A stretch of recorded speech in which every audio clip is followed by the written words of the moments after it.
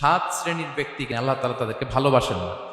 আমরা আজকে এই সাত শ্রেণীর ব্যক্তি কারা তাদের ব্যাপারে জানার চেষ্টা করব এবং আমরা সতর্ক হয়ে যাব যে আমরা যেন তাদের অন্তর্ভুক্ত না হই। কি বলেন?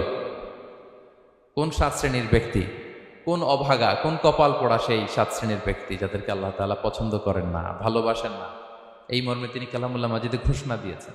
এবং আমরা সতর্ক হওয়ার চেষ্টা করব এই বৈশিষ্ট্য যেন কশিনকালেও কভু আমাদের মধ্যে না আসে।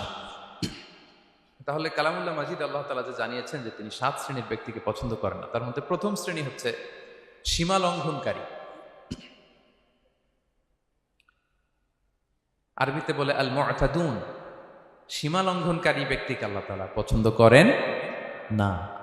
লিমিট ক্রস করলে আল্লাহ তাআলা পছন্দ করেন না।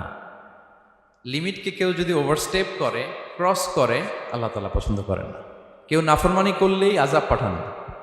আল্লাহ অনেক সময় দেন, অনেক সময় দেন, শুধরে যাবার অনেক টাইম সে পায়। তারপরও যখন সে লিমিট ক্রস করে তখন আল্লাহ ধরে।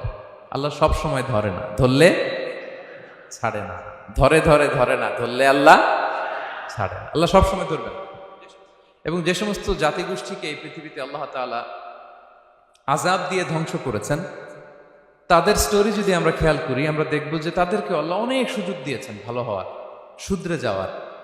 কিন্তু তারা আল্লাহর আদেশ অমান্য করতে করতে করতে করতে যখন লিমিট ক্রস করে ফেলছে, একটা সবকিছুর একটা লিমিট থাকে। কি বলেন? We all should know all limits. আপনাকে জানতে হবে যে আপনি কতটুকু পর্যন্ত করতে পারবেন, কতটুকু আপনার সীমানা। You should know your limit. এই লিমিটটা আপনার জানতে হবে। তারা যখন লিমিট ক্রস করেছে আল্লাহ আযাব দিয়েছে। আপনারা সামুদ জাতির নাম শুনেছেন?